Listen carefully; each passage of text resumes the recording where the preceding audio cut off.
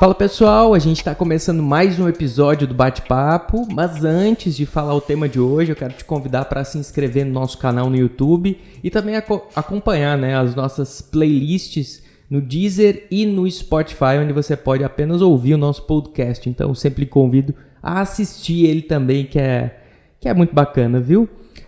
Além disso, a gente tem as nossas redes sociais, o Instagram, também tem o nosso Facebook, que é quase uma deep web atual, né? Mas tá tudo certo. Fazendo referência já ao nosso convidado que vai participar hoje, porque o tema é histórias de ansiedade. A gente tá recebendo Luan Glauber, muito obrigado, psicólogo, professor. E Débora todo mundo já conhece, né? Minha esposa vai participar hoje. A gente tá hoje como caso de estudo, né, Débora?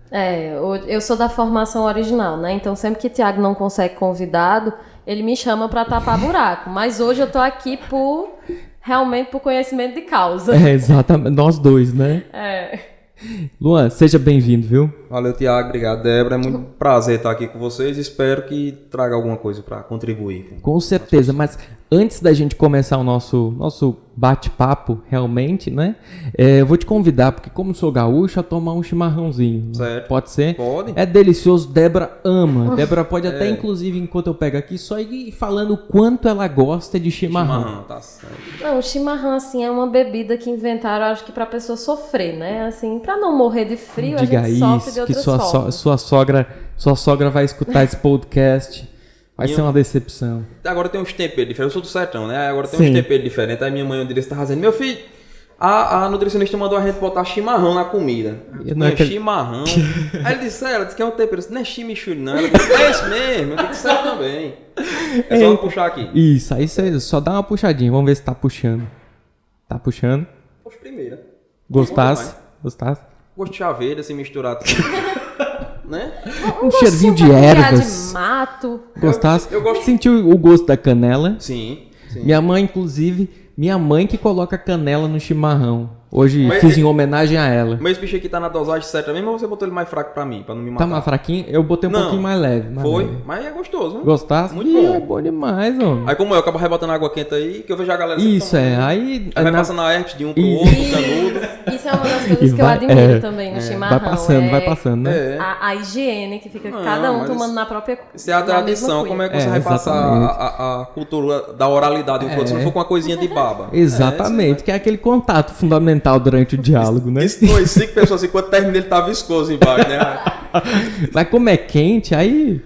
Vai de boa, Vai de boa. Vai matando as tem bactérias. Estresse, não. O que não mata alergia, né? Já dizia Nietzsche, né? Exatamente. O que não mata fortalece, isso é onda. Mas, tirando o chimarrão, que é delicioso na minha opinião, o papo de hoje é sobre ansiedade. Débora é ansiosa, eu também sou ansioso. Tratamos com terapia, remédios e todas as possibilidades. Mas, Luan, assim, para que o povo entenda de maneira mais ampla, até quem não tem ansiedade, muitas pessoas hoje têm, é difícil de achar hoje, né? Não existe, se a gente for pegar pela perspectiva psicobiológica da coisa, a ansiedade ela é uma reação fisiocognitiva. Então ela tem um componente fisiológico e ela tem um componente cognitivo. Todo ser vivo, seja um protozoário, seja uma bactéria monocelular, até a gente, que teoricamente somos os mais evoluídos, todos temos um certo grau de ansiedade. O que é ansiedade? É uma resposta a um grau de incômodo. Então, seja uma resposta àquele próprio grau de incômodo, que aí na definição, por exemplo, de Selle, a gente vai chamar de estresse, seja uma resposta, e aí é o que nos afeta mais nós humanos, antecipatória. O que é que acontece? Todo ser vivo, em tese, tem ansiedade. Por exemplo, o lobo acorda de manhã ou a raposa acorda de manhã, ela vai se embora caçar, né, para poder matar um bicho para comer, porque ela sabe que vai ter fome. Isso é ansiedade. Qual é a diferença da ansiedade de nós, entre aspas, teoricamente evoluídos em relação a outros animais? É porque nós conseguimos tornar a ansiedade e principalmente as suas reações fisiológicas ainda piores. Por quê? Porque a gente não se antecipa somente ao que é real. Nós nos antecipamos também às nossas elucubrações, nós nos antecipamos àquilo que nós criamos em termos de teorias acerca do mundo, enfim. Então, daí a ansiedade no ser humano via desembocar nos transtornos de ansiedade. Mas a priori ela é uma característica básica. Todos nós temos um nível de ansiedade prodrômico. Sim. Então, tipo, vamos gravar hoje de 1 hora, eu já acordo naquela expectativa. Não, tem que gravar com o Tiago de 1 hora, eu tenho que estar ali e tal, então tem que fazer isso em tal hora. Beleza, isso é ansiedade. Mas se eu não consigo dormir imaginando a expectativa de gravar esse episódio, se eu não consigo, por exemplo, chegar aqui de boa a ponto de conversar com vocês, porque tá me dando branco, porque eu não estou conseguindo processar as informações, porque estou muito ansioso, aí a gente entra para uma perspectiva de uma ansiedade que gera sofrimento, um conceito mais básico da OMS, e sendo esse sofrimento clinicamente significativo e persistente, a gente pode compreender que ela está se tornando uma patologia. É engraçado, porque basicamente o que a gente sente é o que Luan acabou de descrever, né, Débora? Essa preocupação, né, com o que ainda não aconteceu. E eu acho assim que todo ansioso, todo ansioso, tende a ficar imaginando o pior cenário possível. Porque eu sou assim, eu posso ter 80% de chance de uma coisa dar certo e 20% de chance daquela coisa dar errado. Mas eu vou focar e eu vou sofrer e eu vou remoer naqueles 20% que tem chance de dar errado. Então, assim, a coisa da catastrofização, né? De achar que tudo vai ser errado, que tudo já deu errado, ficar pensando em cenários que tem 1% de possibilidade de acontecer e esse tipo de coisa que vai matando a gente por dentro. E eu acho, né, já aproveitando um gancho, que a sociedade e a vida que a gente tá hoje piora muito. É ansiogênico. Demais, né? O tempo piora todo. muito os quadros de ansiedade. Até porque hoje, com a rede social, a gente acaba se deparando com vidas perfeitas, né? E aí você fica criando naquela vida, né? Você acredita que você também deveria estar naquela vida perfeita dos outros. O lance é o seguinte, pronto, pegando o que Débora falou e já, sim, pra falar mais perto, né? Tiago, ele dá no cabo, se o cabo não falar perto, ele dá na orelha do cabo. Ele é agressivo que é uma moleque. Eu tô aqui. Ei, deixa eu fazer um adendo. Eu adorei a hora que ele falou. A gente acredita ser um ser superior, né? Porque assim, se a gente olhar para a perspectiva política, econômica e de rumo que a vida está tomando, assim, a gente considerar ser cognitivamente mais desenvolvido, a gente pode ser porque a gente tem uns processos mais bem elaborados, mas não sei se a gente está sendo bem evoluído. Um cachorro é muito mais evoluído do que a gente. Pronto, todo dia eu se tenho virem tá aqui do ladinho... Se a gente parar para pensar, por exemplo, que um animal carnívoro, ele só mata para se alimentar e a gente mata por diversas outras formas, a gente cria para poder matar, enfim, é complicado, né? Assim, a gente pensar no ser humano, a gente pode dizer que talvez a espécie tomou um caminho muito errado. Assim, a gente tem, né, como diria Tio Ben, nós temos grandes poderes e nenhuma responsabilidade sobre eles, né? Então, assim, infelizmente. Mas é coisa que talvez até vocês me convidem para outro episódio para eu vir aqui chorar, porque eu sou chorão. Mas a gente chora também. Eu tenho um amigo que disse que se eu contar a minha história para um carroceiro, até o jumento chora. Eu sou chorão profissional. A questão da ansiedade em relação, por exemplo, à antecipação, aos pensamentos catastróficos, está muito relacionada ao padrão de crenças que nós desenvolvemos. Pegando pela perspectiva da psicologia cognitiva, nós compreendemos que nós temos estamentos de aprofundamento do padrão de processamento cognitivo.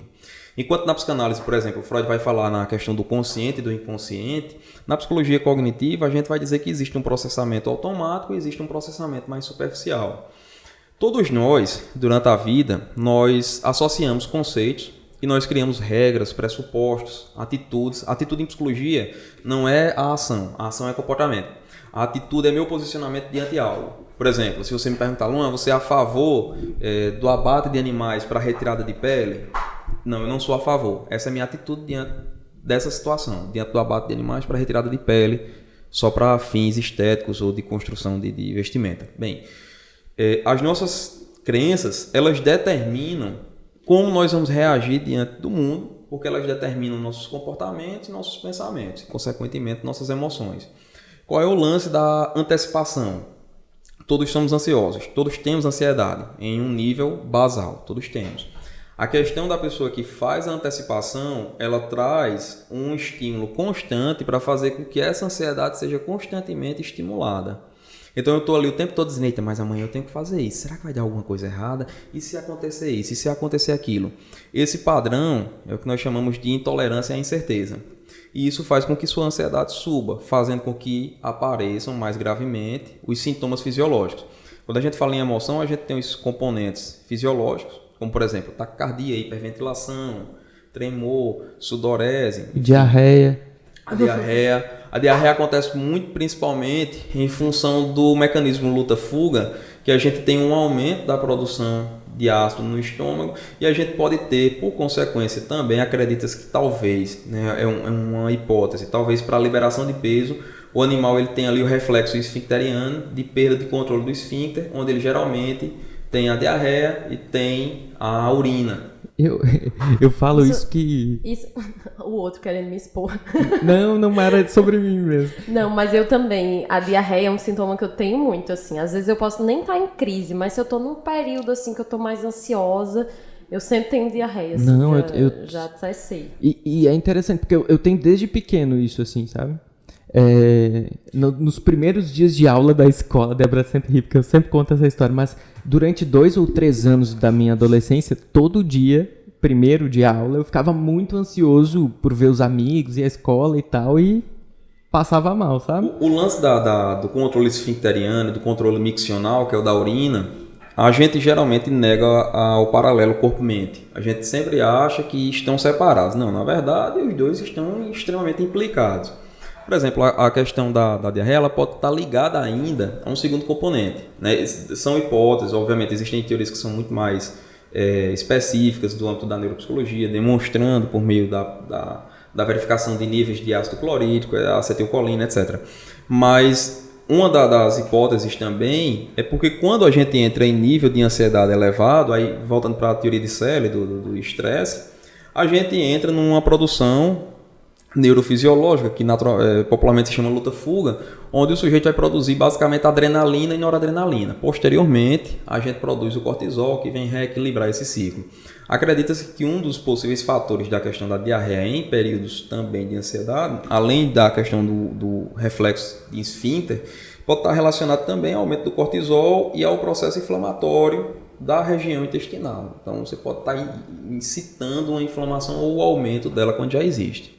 Nossa sensibilidade. Débora, tu se identifica com quais sintomas e sinais? Basicamente tudo, né? Tudo junto e misturado. Quando eu tô em crise mesmo, assim, eu tenho hiperventilação, eu tenho taquicardia, eu tenho muito espasmo, a diarreia, a mão e o pé suando frio. Então, assim, eu acho que eu fui premiada com todos, assim.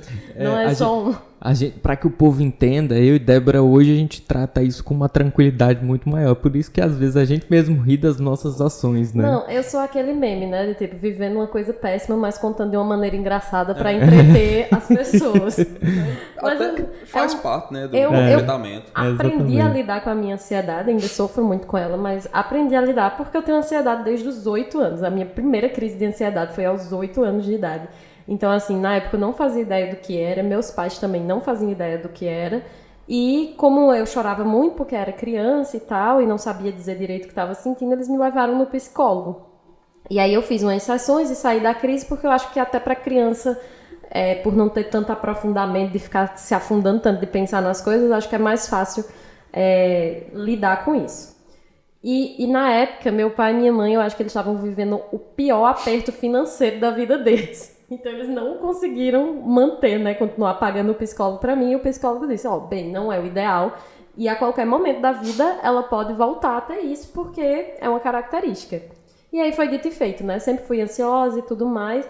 Mas aí, com 17 anos, quando eu tava na época do vestibular, aí ela desencadeou novamente. E aí, a partir daí, a vida adulta é só ladeira abaixo, né? Porque depois dos 18 anos, a gente começa a virar adulto. E aí é só boleto, medo, responsabilidade, mudança, tudo isso. E aí pronto. E aí ela me acompanha desde os 17 anos, de maneira assim, contínua, com melhoras e pioras. Tá de mão dada. Mas assim, hoje eu entendo várias coisas, né? A terapia me ajudou bastante, me ajuda bastante. Tomo medicamento para isso, né? Porque eu realmente sou diagnosticada com transtorno de ansiedade generalizado. Porque as pessoas também hoje tudo... é ansiedade, é ansiedade.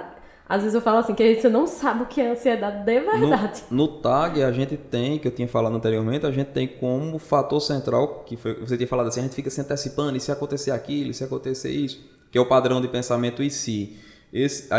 Como eu falei, no TAG existe uma alta presença, uma presença muito marcante do padrão de intolerância à incerteza. Então o TAG ele é muito marcado por isso. Você não consegue aceitar, por exemplo, que você não tem domínio sobre todas as esferas. A necessidade de controle, né? Exato, está muito relacionado. Eu sinto muito isso. Aí entra naquela questão das crenças. Porque, por exemplo, numa perspectiva psicoterápica, por exemplo, a ansiedade ela vai voltar, só que ela vai se instrumentalizar. Em algum momento da vida ela vai aparecer, por um motivo A ou B. Aí quando você falava assim, eu tenho os sintomas, quem vai condicionar os sintomas somos nós. Então, uma vez que você faz um determinado sintoma da ansiedade, uma vez que você faz, por exemplo, um ataque de pânico incompleto, né, onde você teve ali taquicardia, hiperventilação, sudorese, mas não chegou a fazer desmaio, não chegou a fazer vômito, etc., foi um ataque incompleto. O seu corpo entende que aquela é uma das formas de dar vazão à sua ansiedade. O seu corpo entende, né, entre aspas. O seu corpo, ele aceita isso como uma forma de manifestar. A sua mente entendeu que já que essa ansiedade não se resolve, tem que ir para o extremo. Qual é o extremo? Resolver de uma forma alerta. Mostrar ao sujeito que existe algo de muito errado. A gente poderia ter isso numa situação, por exemplo, de Homens das Cavernas. Eu encontrei aqui um tigre dentro de Sabres, eu vou ter um ataque de pânico. Beleza, é justificável. Porque saiu o fator estressor, teoricamente aquilo é totalmente dirimido.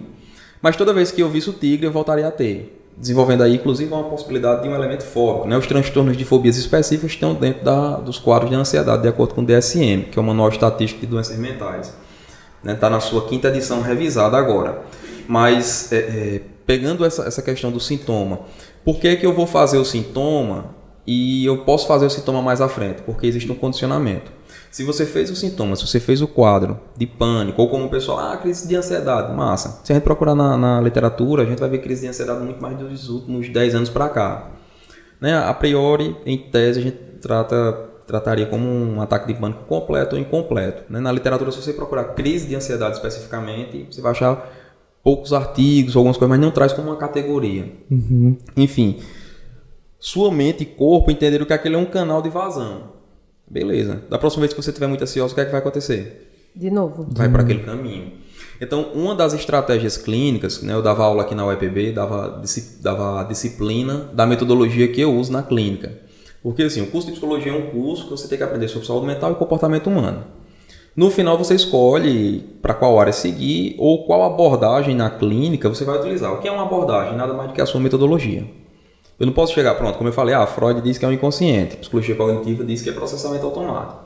Beleza, mas eu não posso, por exemplo, dizer para uma pessoa que o que ela tem não é transtorno de ansiedade, sendo que é. Ansiedade é ansiedade, medo é medo, tristeza é tristeza, independente da abordagem. Então, na TCC, por exemplo, eu sempre falava para os meninos, a gente não tem necessariamente um protocolo. Tem que fazer isso, depois isso, depois isso. A gente tem os protocolos, sim, a gente tem esses guias, mas a gente não tem a obrigação de segui-los. Por quê? A gente tem que criar uma estratégia clínica. No caso, por exemplo, de um paciente que ele tenha uma ansiedade com manifestações clínicas fisiológicas, qual é a primeira estratégia?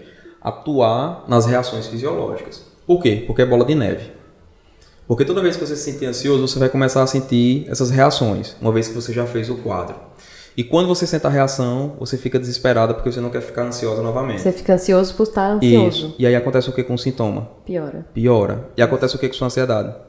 Aumenta. E o sintoma? Piora. Então a gente inicia o tratamento, principalmente com psicoeducação e com a proposta de quebrar esse ciclo.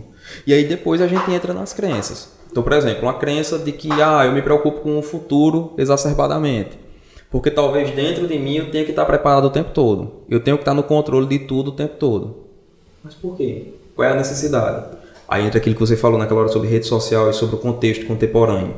A gente está vivendo uma das épocas mais sequelantes, se é que você assim pode dizer, da nossa existência no mundo. Eu acho que está todo mundo adoecido, né? Está uma sociedade toda adoecida. Inclusive tem um livro de um sociólogo sul-coreano, eu não sei dizer o nome do caba não, mas o livro é muito bom.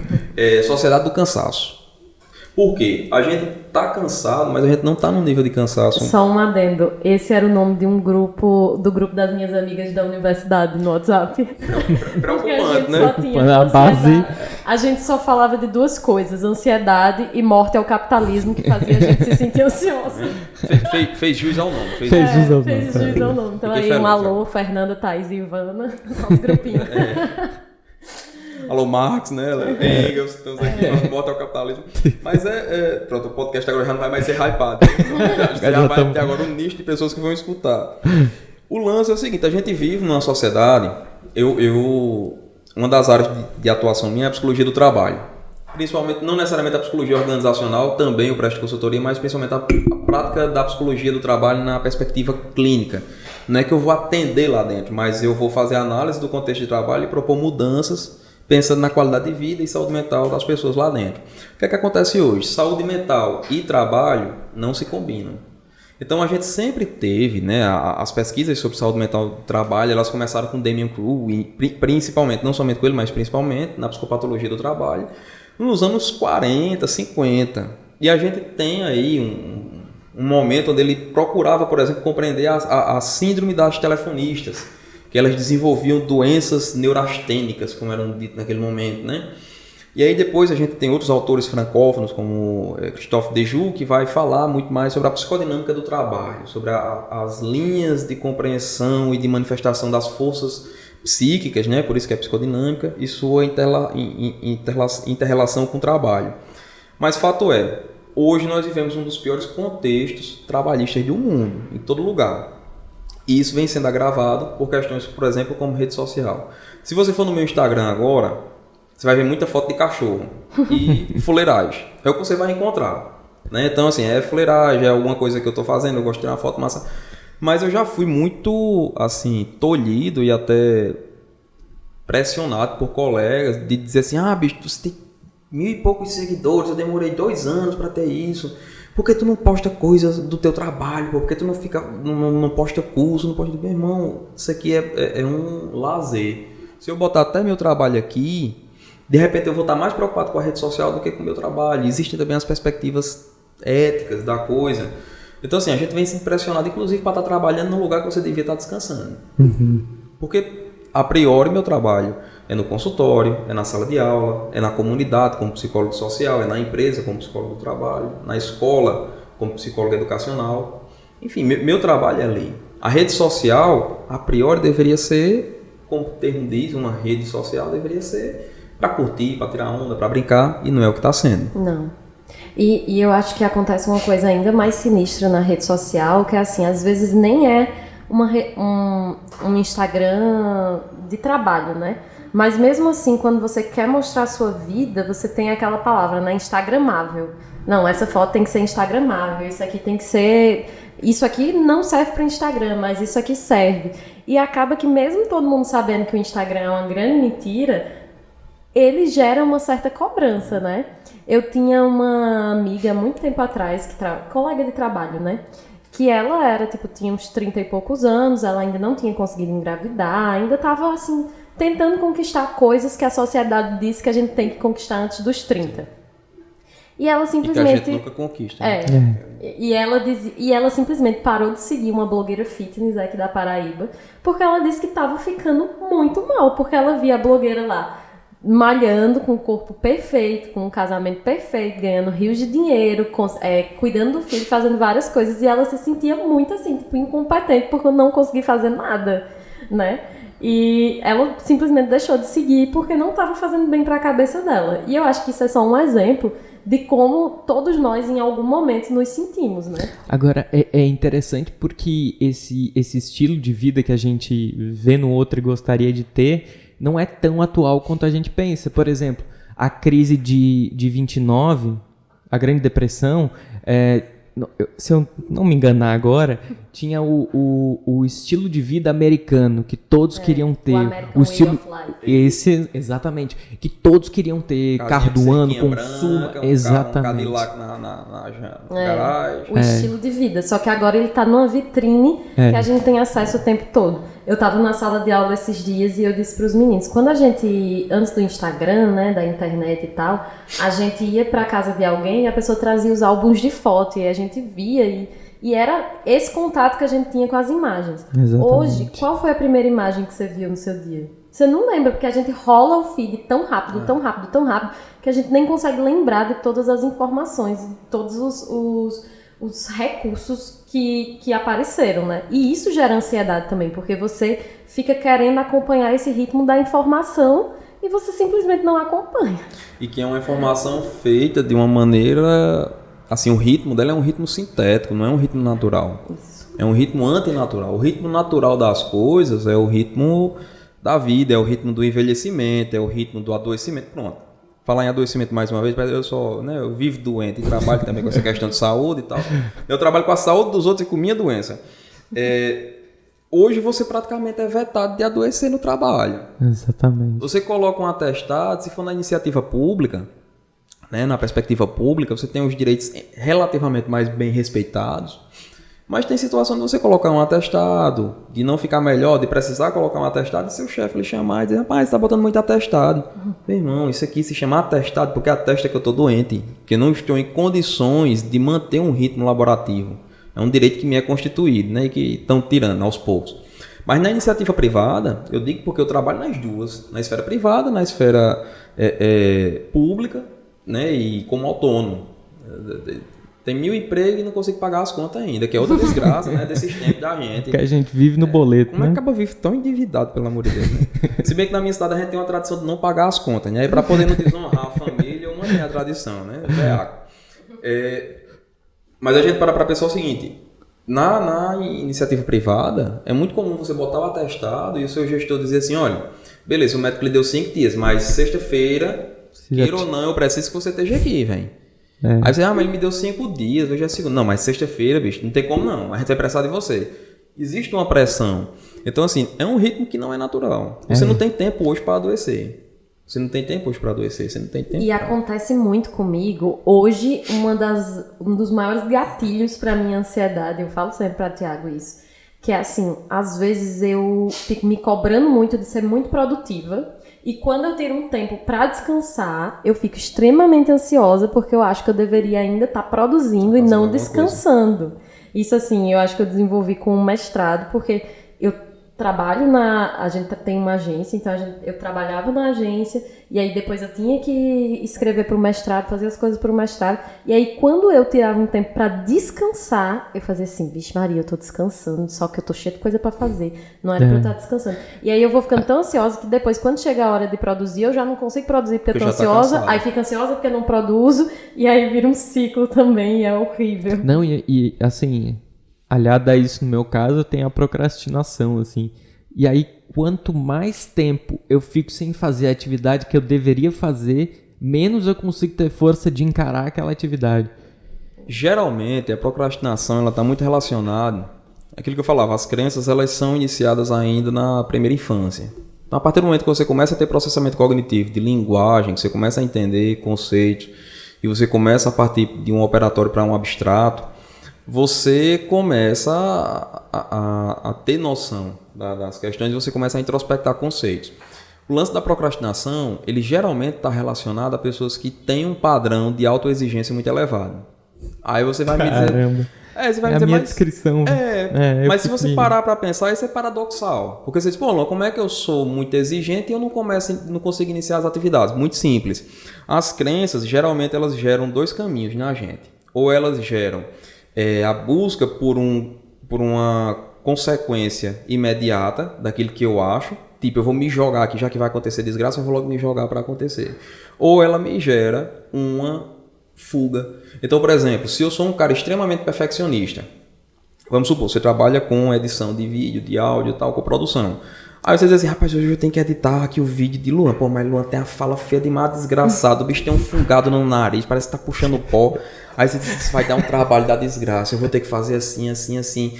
Você procura fazer de uma maneira tão perfeita que você cria, inclusive, uma metodologia, mas só de pensar naquela perfeição que você gostaria de atingir, você já disse, sabe uma coisa, eu não vou conseguir fazer hoje não, vou deixar para fazer amanhã, que eu tiro mais tempo. E assim vai, até chegar ao ponto que você tem que fazer nas carreiras. E aí, depois, nas carreiras, para quem não sei se o podcast tem a amplitude nacional, mas nas carreiras que a gente diz assim, é com pressa, né? Lá no sertão a gente diz nas carreiras.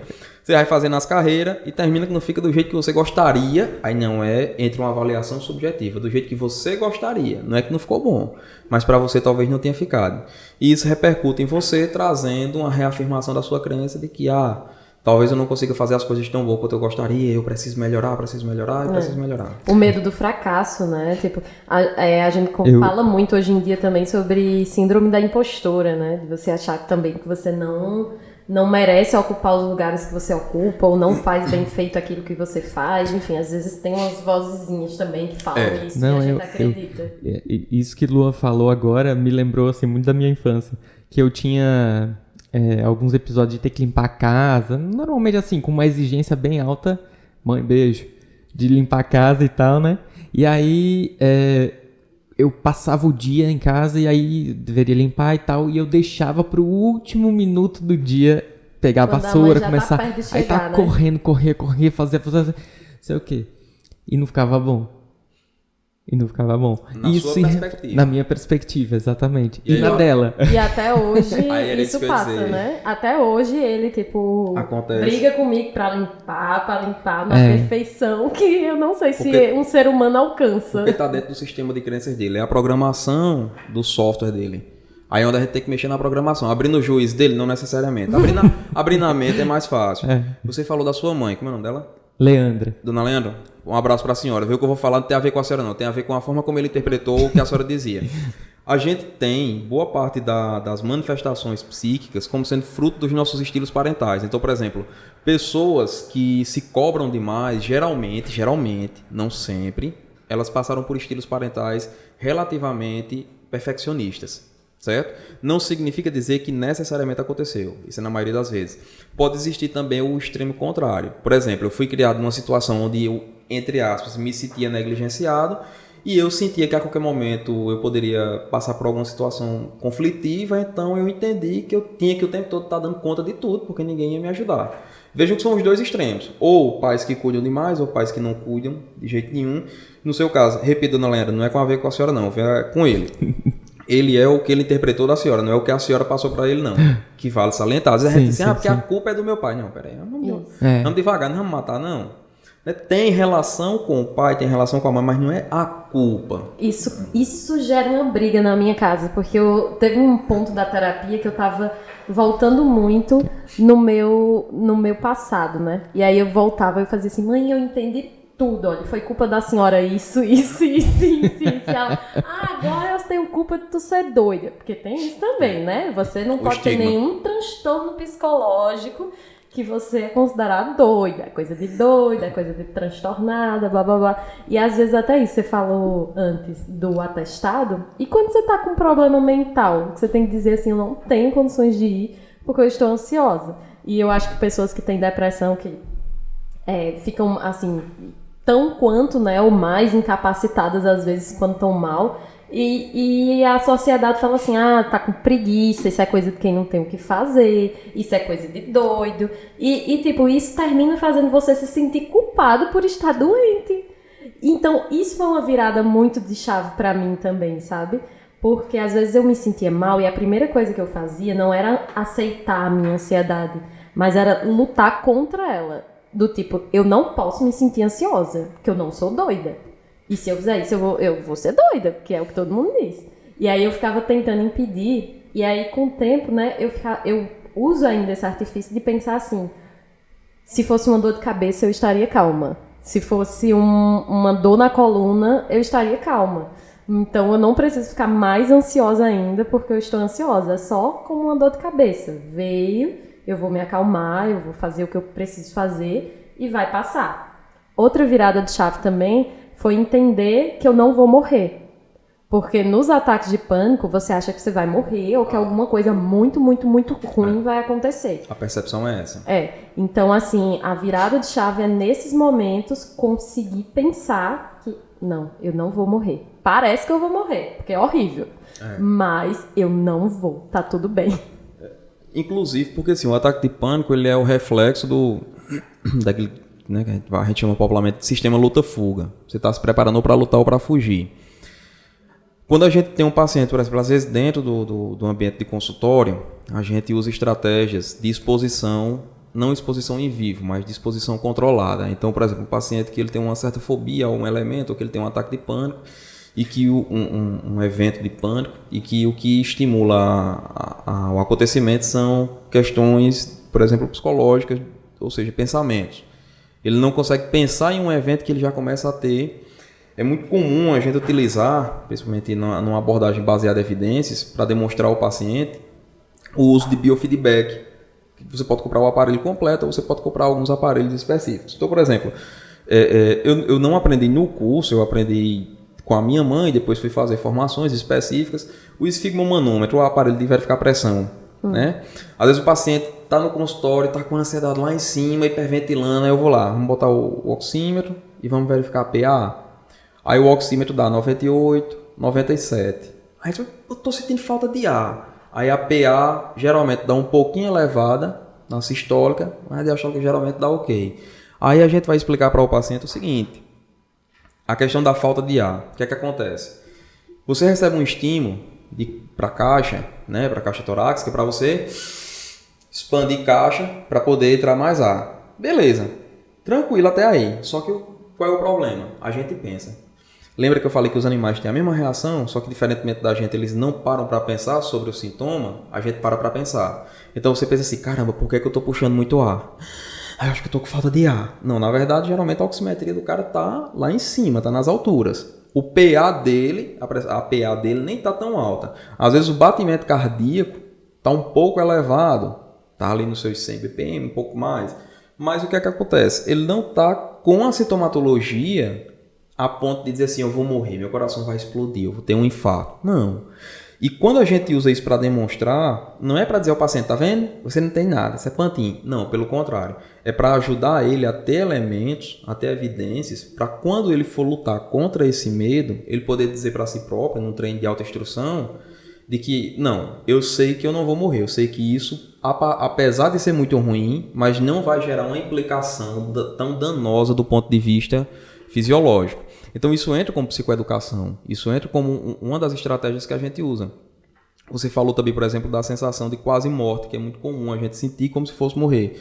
Isso acontece pela interpretação que nós fazemos. Aí entra o padrão de crença, o padrão de crença catastrófico. Certo? Ah, não, eu vou morrer, algo de muito ruim vai me acontecer. Pronto, vamos pegar, por exemplo, o transtorno de agorafobia. Medo de estar em lugares abertos. Geralmente, o padrão de crenças do paciente agorafóbico, ele tem medo de estar num lugar muito amplo ou num lugar muito cheio e ele passar mal e ninguém poder socorrer.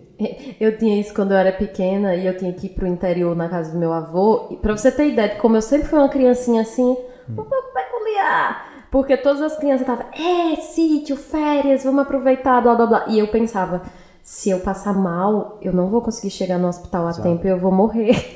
E coisas assim. É aí onde entra a estratégia de reestruturação cognitiva, ou seja, de modificação das crenças ou pelo menos flexibilização. Se você diz para mim assim, Luan, eu tenho medo de estar na rua e a qualquer momento eu passar mal e ninguém vai me socorrer, porque minha rua é deserta. Aí eu pergunto assim, mas, por exemplo, Débora, você mora sozinha? Não, eu moro com o Tiago. Beleza, Tiago em tese ele socorreria. Ela, não, com certeza, ele me socorreria, meu marido e tal. Mas vocês estão juntos o tempo todo? Não, às vezes Tiago sai. Aí eu, beleza. E se porventura acontecer uma coisa nesse período?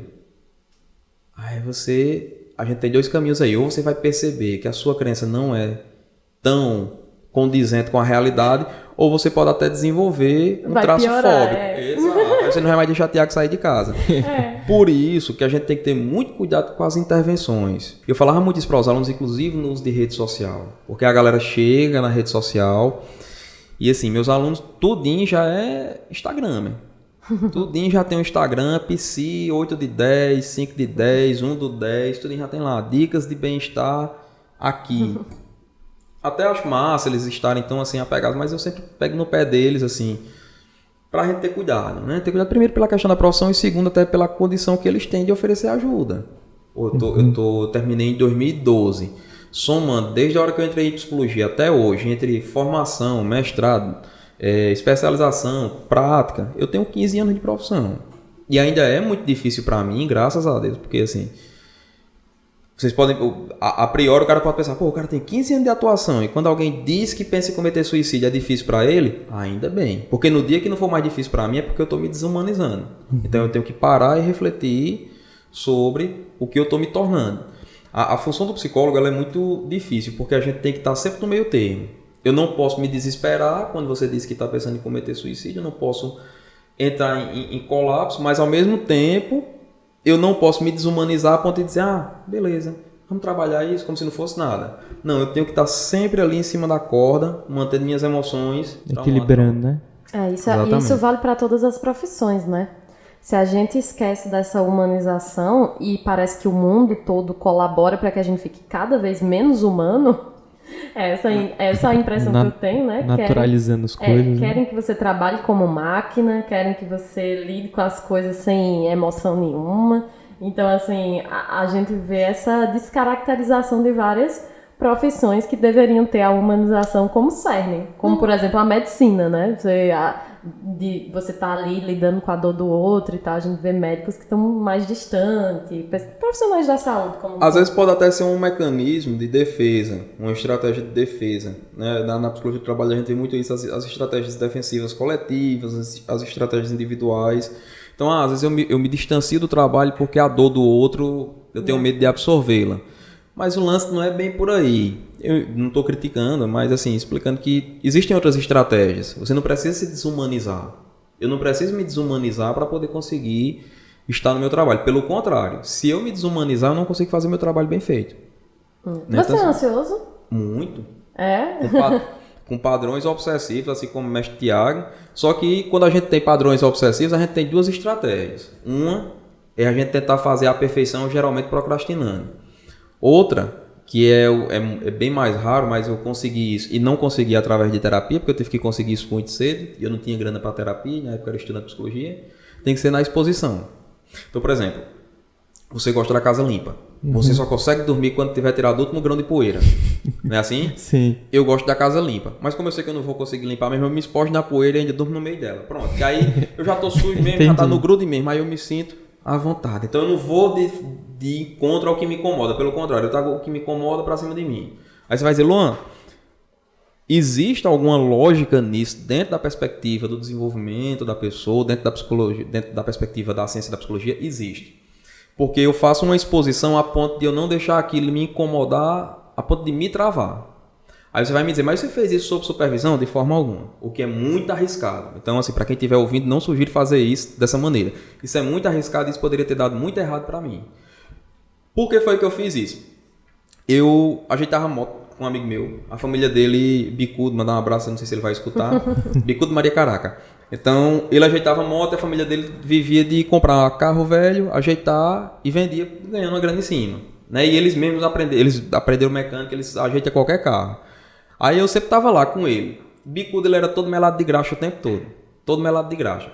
Aí uma vez, e a gente fazia, às vezes os caras pediam pra gente preparar a moto, tal, essas coisas a gente fazia. Né? Era moleque, 16 anos, 15 anos, antes de eu vir pra aqui. Eu passei no vestibular com 17. Aí um dia ele foi desmontar um diferencial de um Chevette. Aí antes dele começar, ele tava com as mãos sujas. Aí ele fez logo assim nele. Ele tava limpo, mas ele fez logo assim nele. Né? Isso só de short, a gente, tipo, cidade pequena. Eu vim botar uma camisa para fazer a primeira comunhão. Então, já pegava a graxa e passou assim no peito dele. Aí eu disse, ô gente doido, tu vai se melar antes de começar o serviço?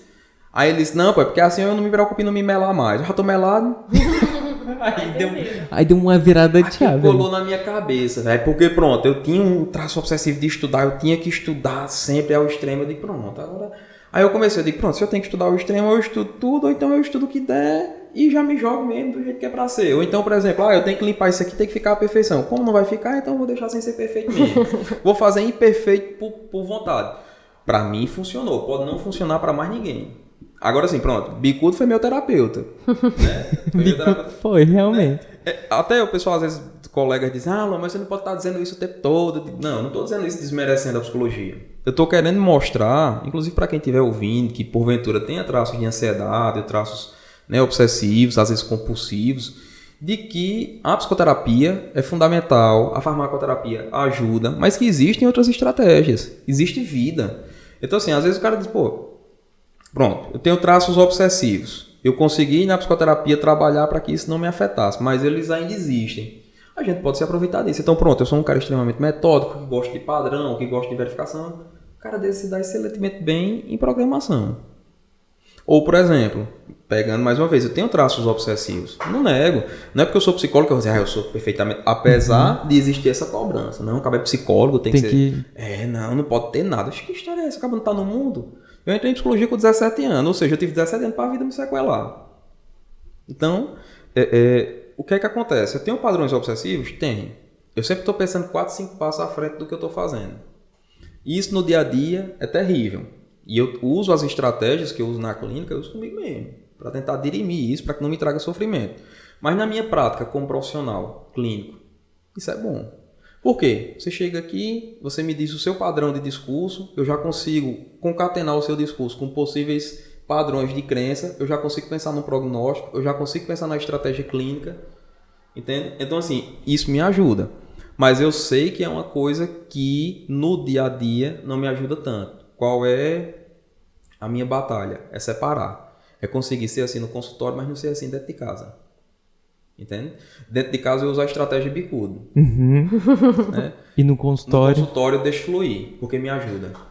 Então, assim, a gente sempre tende a ver as questões da mente, tipo, fulano tem um traço obsessivo, é paranoico, não sei o quê. Sim, vamos supor, pronto.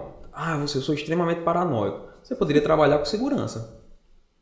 Poderia. É engraçado que você falou isso agora, só abrir uma gaveta rapidinho. Com relação não à paranoia, mas ao toque, né?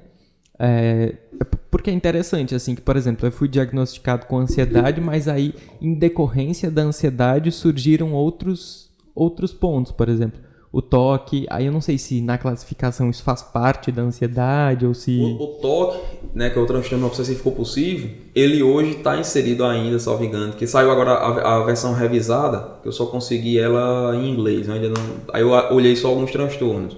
Mas ele era inserido, pelo menos na 5ª edição do DSM, dentro da categoria dos transtornos de ansiedade. Só que existe uma tendência que o toque seja inserido dentro das categorias de transtorno de controle de impulso.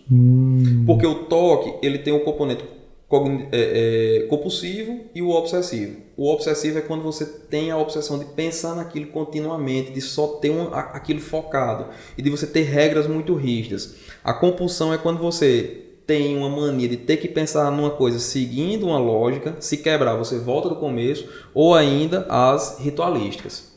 Certo? Então, por exemplo, o pessoal diz, eu tenho toque, mas meu toque é toque de pensamento. Aí a gente às vezes vai psicoeducar, né? O que é o que o pessoal chama de toque de pensamento? É quando existe uma ênfase na compulsão cognitiva. Ao invés de você estar rodando o lápis aqui, você está o tempo todo tendo o mesmo pensamento. Não, quando eu chegar em casa eu vou tomar banho e eu vou dormir. Quando eu chegar em casa eu vou tomar banho e eu vou dormir. E quando eu chegar em casa, não, eu vou tomar banho e vou dormir. Então você fica o tempo todo repetindo isso. Aí você vai dizer, Luan, por que a gente faz isso? Em algum momento, a gente não sabe necessariamente como nem porquê, você fez aquela ritualística, você fez aquele padrão compulsivo e aquilo diminuiu sua ansiedade. Resultado, você vai fazer quantas vezes forem necessárias. Para que a ansiedade não volte. Agora, eu ia abrir essa gaveta muito mais porque você estava falando dessa questão de como a gente interpreta as coisas, né? E os meus pais se separaram mais ou menos na minha adolescência. Aí, até aquele momento, meu pai morava em casa e tal, e depois daquele momento ele passou a morar em outro lugar, né? E aí teve a separação e tal, e aí eu me apropriei de uma função que na minha cabeça, a partir da minha interpretação, era dele, do cuidado, da segurança e tal. E aí quando minha mãe e meus irmãos iam dormir, e eu ia dormir, a primeira coisa que eu fazia é ver a porta da frente da casa, depois eu olhava o fogão, aí o fogão eu tinha que olhar 3 vezes Veja que não é só olhar, tem que olhar 3 vezes. Aí começa a ter o componente ritualístico. Exato, é o ritual. Aí eu repetia isso todos os dias. Só que chegou o ponto, e eu só vim tratar isso depois de Débora, porque mesmo estudando, sendo jornalista, tendo acesso à informação, você às vezes não quer se identificar como ansioso, né? E aí eu fugia disso a todo instante. E aí depois de Débora que eu passei a ver isso tudo de outra perspectiva. Só que aí esse ritual chegou a um ponto que não era mais suficiente as 3 vezes. Eu precisava ver 4, 5, 6, 7. E depois de um tempo eu via que eu tava ali, tipo, 5 minutos parado olhando pro fogão. Mas é engraçado, sabe o quê? Porque o toque de Tiago, ele tem, mas ele é sazonal. Quando ele tá em períodos ansiosos, ele volta. E aí, quando ele tá em períodos mais relaxados, assim, ele continua tendo mais cuidados do que alguém sem esse problema, mas fica mais leve, né? E aí a gente até falou pro nosso médico, o Dr. Stefan, Que inclusive o Dr. Stefan disse que eu sou a diretora comercial dele, que eu já levei uns 7 ou 8 pacientes, tudo da família. Então, é interessante, né? Porque assim, eu trabalho com ele, a minha vinculação é com ele, porque eu gosto muito da abordagem dele como profissional.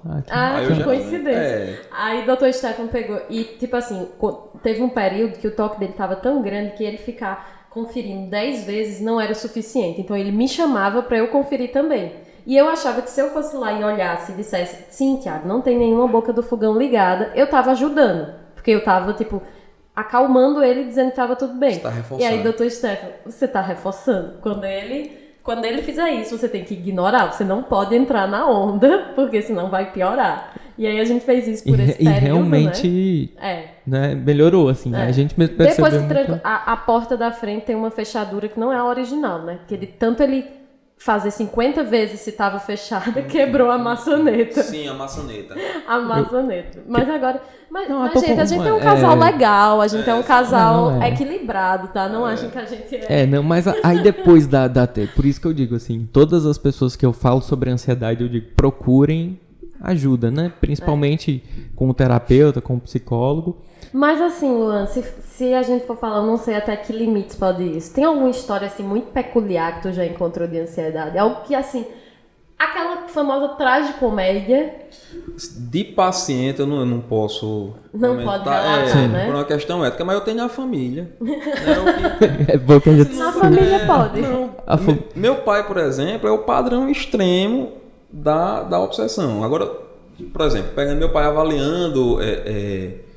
E não eu não estou expondo, porque se ele tivesse aqui ele contava também. Então, meu pai é um padrão, por exemplo, no seu caso. Você precisa daquela perfeição e você tem a questão da conferência. Ele é do mesmo jeito. Só que ele é de uma maneira... Aí, só fazendo uma adenda antes que eu esqueça, a questão de não reforçar. Você diz assim, se eu for lá e fizer, eu estou reforçando. Quando a gente está trabalhando as obsessões e as compulsões, a gente faz esse trabalho que é o comportamental, que é tirar o reforçamento do padrão ritualístico. O que é o reforçamento? Toda vez que eu faço alguma coisa que me gera prazer, aquilo está sendo reforçado por contingência. Tirei o reforçamento do padrão ritualístico, eu estou resolvendo a parte comportamental, mas a parte cognitiva continua.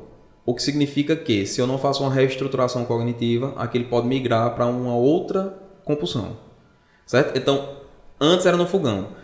Eu parei de fazer no fogão. Beleza. Se eu entendo por que eu fazia, porque geralmente no toque a gente tem o que nós chamamos de insight empobrecido. O que é um insight? É a capacidade de se auto-perceber e perceber seus pensamentos. Então, às vezes, uma pessoa com um toque muito severo, ele pode dizer o seguinte: rapaz, eu não lembro se eu desliguei o fogão não. Aí ele olha para o fogão e fala: não, tá todo desligado, mas e se estiver vazando gás? Então é quando eu começo a não ter mais um domínio de compreensão da realidade. Então a gente tem que fazer a reestruturação, porque existe o risco, como você falava, tanto de voltar numa intensidade diferente, as ritualísticas, como também de a gente transferir para outras coisas. Geralmente pode ser transferido para adicção ou para outros tipos de práticas de recompensa imediata. Jogo, compulsão sexual, por aí vai. Comida. Né? São as duas maiores gratificações do ponto de vista de neurosensores, né? De neurotransmissores, de curto prazo: comida e sexo. Então, assim, são as principais compulsões que a gente tem mais dificuldade de trabalhar. Por quê? Vamos supor que você fuma. Você entende que o cigarro lhe faz mal. Eu posso lhe tirar da adicção do cigarro ou diminuir ela drasticamente. Por quê? Por exemplo, uma das estratégias que a gente usa no tratamento das adicções é evitar o contato. Daquele lance do evite o primeiro gole. Beleza. Como é que eu evito a primeira mordida? Como é que eu evito? Tem como evitar a comida. Né? Então a gente tem, assim, são os mais difíceis de se trabalhar, são aqueles que são relacionados a uma ordem orgânica, natural. Meu pai, ele é tão, que eu contava, ele é tão obsessivo assim, nas práticas, nas coisas, que ele compra uma ferramenta, por exemplo, a gente é doido por serviço manual. A gente compra uma ferramenta, aí ele diz: mas como é que é para usar isso aqui? Eu digo: do jeito que o senhor quiser. Pronto, eu comprei uma esmerilhadeira e dei de presente a ele. Uma de 4 polegadas e meia, aquela mais caseira, né? Aí ele disse: mas isso aqui, como é que usa? Eu digo: eu só boto esse disco aqui para lixar. Aí ele disse: mas eu posso lixar como? Eu disse: do jeito que o senhor quiser, para frente, para trás, volta. Ele disse: não, tem que ter um jeito certo. Parece o meu pai. Aí eu disse: não existe jeito certo, pai. Existe o jeito original de se utilizar a ferramenta e existe o jeito que o cabo vai usar improvisado. Ele disse: não, aí é gambiarra. Aí eu disse, não é, pai. Aí eu tento trabalhar muito com ele, isso no dia a dia, por exemplo. Pronto, pra gente fazer um serviço junto é um fala-me Deus. Porque enquanto ele precisa muito da perfeição, eu, de uma maneira antagônica, eu evito buscar a perfeição. Aí é uma crença também disfuncional, porque eu acho que eu não vou atingir. Então eu já nem busco. Então eu vou fazendo aqui, deu certo, ficou massa, ficou. Pronto, quando eu era criança, eu tinha aversão à carne crua. Meu pai, ele passou por muitas situações e a pá de cal na criação dele foi o exército. O exército é extremamente determinista no que diz respeito à hierarquia, à ordem, disciplina. E isso tem consequências psicológicas, né, a longo prazo. Então, eu tinha nojo de carne crua. Aí quando foi um dia eu ia passando, eu era molequinho, eu ainda sou pequeno, mas nesse tempo eu era menor. E ele comprava a carne da semana e botava numa vasilha. Aí ele disse, não, vem cá. Aí eu disse, não, pai, eles vêm aqui. Aí botou a cadeira perto da pia. Aí pegou meus 2 bracinhos, que hoje parece braço de orangotango, meus braços quase alcançam o joelho. Aí empurrou dentro da bacia de carro. Aí disse, olha, aqui, fazendo assim com meus braços, aqui, que é pra você não ter mais nojo. Ele disse, se vomitar com uma carne, eu vomito. Ai, meu Deus. Trincando aqui. Depois desse dia, você pode encher uma piscina de carne crua que eu entro, sai de boa, tranquilo. Ajudava ele a fazer, a gente lá chama tratar o animal, né? O pessoal quando matava bode, o porco chamava ele, que ele sabe fazer toda a parte de carneamento. Mas ele, um pai extremamente carinhoso, um pai extremamente afetivo. Isso funcionou? Funcionou até certo ponto. Isso podia ter dado errado de uma maneira que hoje eu não conseguisse ver um pedaço de carne um e eu não desmaiar. Exatamente. Eu aposto na possibilidade de que funcionou porque ele sempre foi um pai muito carinhoso. Então eu acho que uma coisa balanceou a outra. Mas é uma estratégia viável? Não é, pelo amor de Deus. Né? Não, nunca façam isso. Isso é o que a gente chamaria de exposição interoceptiva, que é uma exposição ao elemento fóbico até o ponto que se cessem as reações fisiológicas. Isso foi muito utilizado nos anos 30. É tipo uma tortura, né? A gente uma espécie de... Pode, mas se você olhar, por exemplo, o filme de Laranja Mecânica, ali é uma exposição interoceptiva, né? Só que associada à exposição interoceptiva está sendo feito um elemento aversivo. Então está fazendo uma exposição junto com o elemento aversivo para que ela associe. Então é uma terapia de associação. Ele associa o que é ruim ao choque e ele associa o que é bom a coisas boas. Não sei se vocês lembram que o pessoal bota o palito no olho dele para ele não parar de ver. Né? Aquilo ali é uma crítica às perspectivas comportamentais que existiam na época, justamente por estratégias como essa da exposição interoceptiva mal conduzidas. Porque o que é que a gente sempre pesa? A gente, como profissional da saúde mental, a gente sempre pesa o seguinte: existe uma técnica, existe uma estratégia, e toda estratégia ela tem um risco, ela tem um benefício. Se os benefícios superam os riscos, a gente pondera se vale a pena usar. Se os riscos superam os benefícios, a gente nem pondera. Sequer usa. Né? Mas é um risco muito grande. As estratégias comportamentais, a gente sempre pensa assim, adestramento é adestramento de gente. Mas a gente tem que lembrar que o comportamento está ligado à cognição. Se você muda o comportamento, você gera um impacto na cognição. Então a gente tem que ter muito cuidado com esse tipo de coisa. Isso me lembrou muito que quando eu era pequena, né, hoje em dia minha família me ajuda muito e compreende muito a minha ansiedade. Né? Como eu disse, ela retornou depois de uma maneira mais forte aos 17 anos, então eu ainda estava em casa. E assim, do jeito deles, eles me ajudaram muito e me ajudam até hoje. Só que quando eu era criança e eu tinha esses pequenos traços assim de ansiedade e tal, eles não sabiam lidar. E aí eles tentavam me ajudar da forma deles, que às vezes era uma forma que acabava me prejudicando mais. E eu tenho muito em mente que quando eu era pequena, uns 10 anos, 9, 10 anos, eu tinha muito medo de comer. Porque eu tenho pavor de vomitar. E eu achava que se eu comesse muito, eu iria vomitar. Ou então se eu comesse alguma coisa estragada, Então eu era muito assim, cuidadosa com o que eu comia. E no mesmo verão aconteceram 2 episódios disso. Que foi o primeiro, que eu vi na televisão que uma criança tinha morrido de uma bactéria de um queijo. E aí eu comecei a dizer que eu não iria mais comer fora. E a gente saiu pra comer sanduíche. E eu simplesmente não queria comer. E minha mãe ficou muito irritada porque eu não queria comer e eu não dizia por quê. E aí, quando eu dizia, eles riam porque eles achavam, um absurdo. Só que na minha cabeça fazia muito sentido, né? De que aquele queijo podia estar contaminado e eu ia morrer. Foi o que ela interpretou, né? E aí, a outra coisa nesse mesmo verão foi que estavam fazendo brigadeiro, e aí cheio de criança na casa, aquela coisa de casa de veraneio mesmo, de praia, todo mundo feliz fazendo o brigadeiro. E eu notei que quando a minha prima estava fazendo, a mãe dela disse assim, cuidado, porque é capaz de cair lata dentro, ela abrindo. E aí eu, com 9 anos, eu fiquei me torturando, dizendo, eu já não vou comer esse brigadeiro, porque se eu engolir um pedaço de lata, eu vou morrer.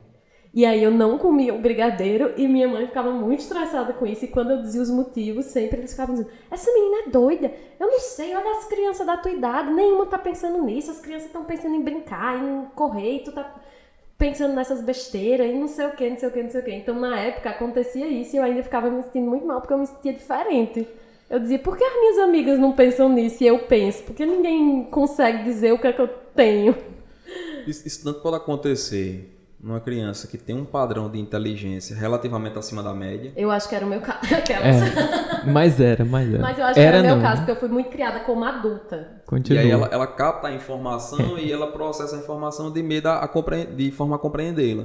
Outra possibilidade são crianças que passaram por eventos traumáticos, de perda de parente ou alguma coisa, e se instala esse sentimento de medo. É muito comum, por volta dos 4 a 5 anos, a gente ter ali na criança, por exemplo, sinais de ansiedade de separação. Então a criança começa a frequentar a escola, mas não quer ficar longe dos pais, porque tem medo de perder os pais, tem medo... Enfim, esse é um dos motivos pelos quais, por exemplo, a gente orienta que se tenha muito cuidado ao tipo de informação ao qual está se expondo a criança. Pronto. Pegando a mim como exemplo também. Meu pai sofreu um acidente em 97, de moto. Quase morre. E a gente é de uma família de motoqueiro, né? Esses motoqueiros de casaquinho, esses negócios de motoqueiro, porque a gente é proletário, não tinha grana para comprar carro, todo mundo tinha moto, né? Era o transporte da gente. Hoje, inclusive, eu ainda tenho moto. Para onde eu viajo, sofri um acidente, completei 1 ano de vida agora, dia 23, sofri um acidente ano passado, a moto capotou, quase morro, mas continuo trabalhando de moto. Então, o que é que acontece? Meu pai sofreu um acidente em 97 e o ano de 97 foi bem esquisito lá em casa, assim, foi um ano meio gótico, de tanto luto que teve lá. Porque morreu um primo, filho da minha tia, da irmã de manhinha, morreu, acredita-se que num assassinato, ele foi atropelado, mas numa região onde não tinha trânsito, então a gente acredita que pode ter sido assassinato, né? Posteriormente a isso, minha avó teve um infarto, morreu, minha avó materna, e depois da minha avó morreu um irmão dela. Que ano, hein, Lu? E em agosto, bem pertinho do dia que eu sofri o acidente, só que agora, meu pai sofreu um acidente de moto e quase morre. Vocês terem uma ideia, a língua dele foi cortada até hoje, ele não sente sabor na ponta da língua. Meu Deus. A língua dele cortou, ficou presa só pela pele de cima e cicatrizou. Foi um negócio feio mesmo. A vascularização é mínima. Aí o que é que acontece? Depois desse dia, toda vez que meus pais iam sair, principalmente se fosse no mês de agosto, eu ficava desesperado. Assim, porque você data, eu faço isso associou o mês, né? Exatamente. E foi um ano onde eu vi muita gente morrer. Muita gente morrer. Meu pai era fumante, meu pai fumava muito. Meu pai chegava ao ponto de fumar 3 maços de cigarro num dia. Era acendendo um no outro. Minha mãe também fumava e minha avó tinha morrido. Aí eu pensei, pô, minha avó morreu do coração. Minha mãe é filha dela, já tinha uma certa noção, tinha 8 anos. E minha mãe é filha dela, minha mãe também pode morrer. E eles vivem fumando, eles comem gordura, eles não se cuidam. Então assim, eu vivia desesperado, como se a qualquer momento meu pai fosse morrer. Aí entra outro fator. Meu pai era carteiro. E foi no ano 98, foi quando começaram as privatizações. E o correio estava na reta. Então eu vivia o tempo todo com medo que meu pai perdesse o emprego e que a gente fosse passar fome. Então assim, se eu for lembrar da minha infância, o pessoal geralmente lembra da infância. Ah, minha infância foi um momento muito feliz. Não. A minha era aperreio, era desespero, que eu tinha medo de a qualquer momento meus pais morrerem. E... Meu Deus, eu me identifico muito com isso. Porque às vezes eu ficava pedindo pra ficar na casa do meu avô, dizia que não queria viajar. A minha mãe fazia, por quê? Não, porque eu quero ficar com o vovô. Mas era porque eu tinha medo de sofrer um acidente na estrada. Mas enquanto eu ficava agoniada também. Porque eles tinham ido. E às vezes eu ia pra cama e ficava chorando baixinho, porque eu achava que o telefone ia tocar dizendo que minha família toda morreu e que eu ia ficar órfã. E falar sobre isso, assim... Dá uma pena de quem eu era, sabe? Assim, às vezes eu quero pegar a Débora pequenininha e dizer, calma, você não precisa passar por isso, você vai entender por que você pensa desse jeito. Mas eu me identifiquei muito. Pois é, não, e associado a isso ainda tinha o bullying, né? Eu sofria agressão psicológica constante, agressão física. E aí chegou um ponto, tinha um cara especificamente, assim... que cometia bullying contra mim, que era assim, uma coisa muito agressiva mesmo, assim, muito violenta, psicologicamente falando e fisicamente. Ele era maior do que eu. Eu era o gordinho e baixinho nerd. Então, assim, tipo, eu já era o alvo perfeito, né? Por vários motivos. E meu pai, e eu contava em casa, porque geralmente no bullying a criança não conta, eu contava. E meu pai chegou aí várias vezes à reunião de escola a falar, minha mãe falou com a mãe dele, meu pai falou com o pai dele, aí o pai dele deu uma pisa nele, quase mata, que também não resolve, a agressão não resolve. Por quê? Porque o pai dele deu uma pisa nele, quase mata, já tá errado. E quem foi que ele descontou essa pisa? Em mim. Aí chegou ao ponto de eu pensar o seguinte, eu escutei meu pai dizendo, rapaz, só se eu for lá e fizer uma, como é que popularmente me perdoe, se eu fizer uma merda. Aí eu fiquei com aquilo, caramba, se eu continuar dizendo, em algum momento meu pai pode correr risco. E aí eu passei a ter que enfrentar isso calado. É culpa do meu pai? De forma alguma. Nós somos responsáveis pelo que nós escutamos. Você é responsável pelo que você fala, mas não pelo que o outro escuta. Então assim, não é aquele lance que a gente estava falando antes, culpa do pai, culpa da mãe, não. Foi uma situação que eu não culpo, nem culpo manhã. Mas assim, minha infância foi marcada por isso. Então eu tive que adultecer muito cedo. Eu com 15 anos já parecia um velho de 30 anos, já minhas ideias já eram fechadas. Já era... Então assim, a galera até tira onda, deve ser um psicólogo de guerra. Eu digo, é porque a vida é uma guerra mesmo, né? Tem um filme A Vida é Bela, a vida é uma guerra. É guerra, então vamos enfrentar. Ei, Luan, esse com certeza foi um dos melhores papos que a gente teve, não foi, Débora? É porque é muito bom a gente falar com pessoas que, tipo... Compreendem tudo. Compreendem exatamente, o que a gente pensa e o que acontece no nosso dia a dia, de certa maneira, né? Muito obrigado. Muito obrigado, viu, Luan? Obrigado, Débora, também. Se vocês quiserem deixar algum tipo de mensagem final, alguma coisa nesse sentido de orientação, até porque hoje a gente falou sobre um tema que se encontra muito relevante, né? Muitas pessoas têm falado sobre isso, inclusive eu descobri, fazendo uma pesquisa agora, que o Brasil está, se não é o maior, com o maior número de ansiosos e depressivos, né? Sim. Acredito que tem alguma coisa nesse sentido, eu vi na OMS. Na sua palestra que eu assisti, Luan, você falou uma frase filosófica que eu acho que é perfeita pro final. Aquela frase terapêutica que meu amigo me disse. Isso, aquela frase terapêutica profunda. Vou explicar para os ouvintes. Eu tava, e Tiago não tava, né? Eu tava numa época meio ruim da minha vida. Uma das, né? Porque as épocas ruins, elas nunca acabam lá em casa. Elas só dão um tempo. E aí eu tava aperreado com conta, mesmo de preocupação, tava na especialização. Aí um amigo meu, eu contando a ele, disse, meu irmão, não tem outra solução não. Quando o cara tá no mar de merda, só tem a solução que é remar. E é verdade, né? Quando a gente tá em meio ao desespero, vai mesmo. Se minha mulher cai, é pior. O que ele falou bateu muito com o que meu pai sempre me disse. Meu pai sempre batia muito, minha mãe também, assim, em algumas questões. Então, por exemplo, minha mãe batia muito na questão da humildade. Meu filho, você pode ter dinheiro, você pode ser rico, você pode ter o que você tiver, mas nunca ache que você é melhor do que ninguém e nunca diminua ninguém pelo que você tem. E meu pai, igualmente, ele dizia que as piores coisas que você podia fazer com outra pessoa era a humilhação, a traição e a injustiça. E meu pai batia muito na tecla o seguinte, a gente tem que ser duro. Ele dizia, eu e ele, eu cresci nessa de tipo, não existe essa coisa de porque é pequeno, não, pequeno é mini gente, mas já é gente, né? É mini adulto. A gente tem que ser duro, porque a gente é pobre. E a vida não é fácil para quem é pobre, não. Então, assim, pronto, ele dizia isso constantemente, copiosamente. Ele e manhã me diziam muito isso. E eu lembro demais, quando eu estava saindo de casa, ele olhou para mim e disse, olha, acaba quando é pobre, só tem um nome. Se você perder seu nome, você não tem mais nada. Até hoje ele ainda diz isso, vez por outra. Mas é muito do ambiente que a gente vive. Meu pai e minha mãe, né, manhã, da forma, eu acho até mais diferente da pai, porque pai vai muito para a questão realmente do confronto, manhã vai muito mais para a questão do cuidado psicológico. Acho que eu agradeço muito por tê-los tido, né, como pais, mas é muito isso de tipo, se você está numa situação difícil, se você tem um problema e esse problema de fato não tem solução, não existe outra solução viável senão acatar o problema e tentar encontrar formas de ao menos enfrentá-lo.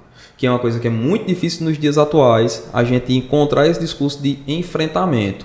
O discurso é de resolução. Às vezes você não resolve não, cabo velho. Às vezes você tem que aprender a conviver e aprender a deixar aquilo menos sofrível, né? E isso também é terapêutico.